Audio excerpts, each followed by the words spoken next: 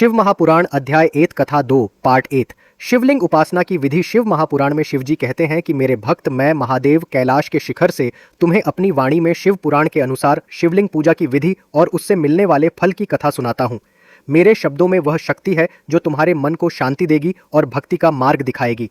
यह कहानी मेरे लिंग रूप की महिमा और मेरे एक भक्त के जीवन की है जिसने मेरी पूजा से सच्चा सुख और मोक्ष प्राप्त किया। शिवजी कहते हैं कि मैं हूं भोलेनाथ, सृष्टि का संहारक और रक्षक। मेरे शिवलिंग रूप में सारा विश्व समाया है। इस रूप की पूजा से मेरे भक्तों का कल्याण होता है, उनके मन की अशांति मिटती है और अंत में मोक्ष का द्वार खुलता है।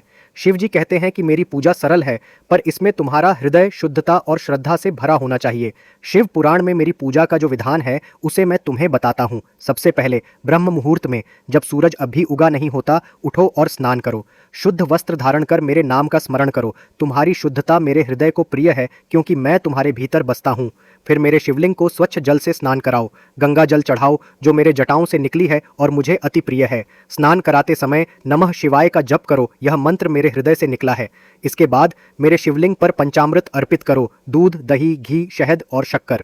यह पंचामृत मेरे लिए अमृत समान है। फिर स्वच्छ जल से दोबारा अभिषेक करो और हर जलधारा के साथ मेरे मंत्र का जप करो।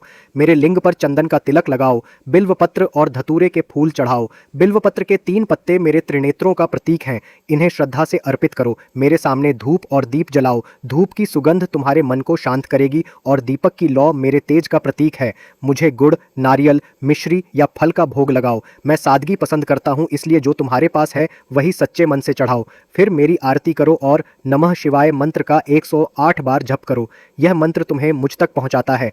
अंत में मेरे शिवलिंग की 3 बार प्रदक्षिणा करो और साष्टांग प्रणाम करो। अपने मन की बात मुझसे कहो। मैं भोले हूँ, अपने भक्तों की हर पुकार सुनता हूँ। शिवजी कहते हैं कि जो इस विधि से मेरी पूजा करता है उसे सांसारिक सुख, शांति और अंत में मोक्ष की प्राप्ति होती है। मेरे भक्त, यह विधान तुम्हारे जीवन को मेरे आलिंगन में ले आएगा। इस कथा के दूसरे पार्ट में एक उपासक की कथा को जानेंगे।